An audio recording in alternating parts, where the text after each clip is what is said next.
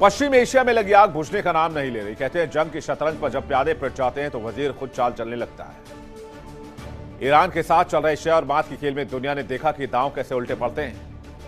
कहते हैं जब अपनी साख पर बनाए तो इंसान दूसरों के घर जलाने की सोचने लगता है, और इसी सोच की वजह से एक नई चर्चा है, एक नए मोर्चे की खबर है। क्या ईरान के बाद अब तुर्की और इजराइल की बारी है?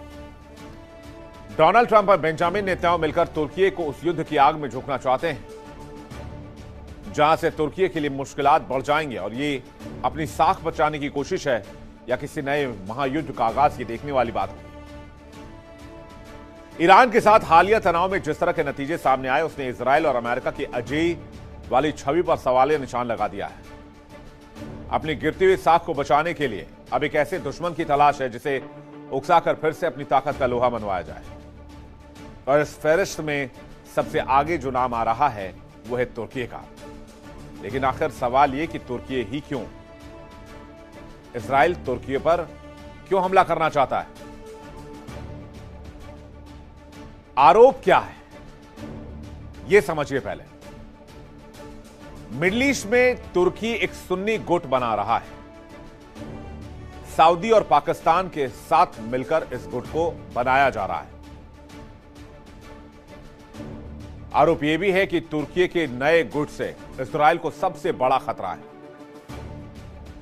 क्योंकि तुर्की के राष्ट्रपति एर्दोआन ने हाल ही में बयान दिया था कि इजराइल इस रीजन के कैंसर की तरह है जिसका सफाया बहुत जरूरी है।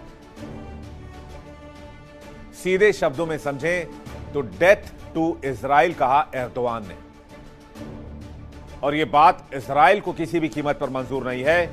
कोई भी राष्ट्रीय अध्यक्ष डेथ टू इजराइल कहे। ईरान पर हमला क्यों हुआ? क्या ईरान के पास परमाणु बम था? नहीं। क्या ईरान से इजराइल को खतरा था? हां।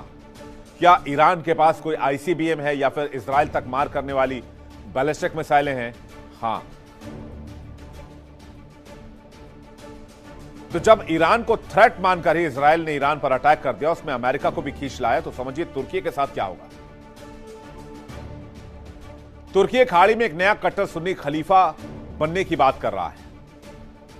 इजराइल के खिलाफ जंगी मोर्चा खोलने की बात कर रहा है। कहते हैं ना, तबाही के मुहाने पर खड़ी है दुनिया सारी, मगर कुछ लोगों को अब भी जंग की है खुमारी।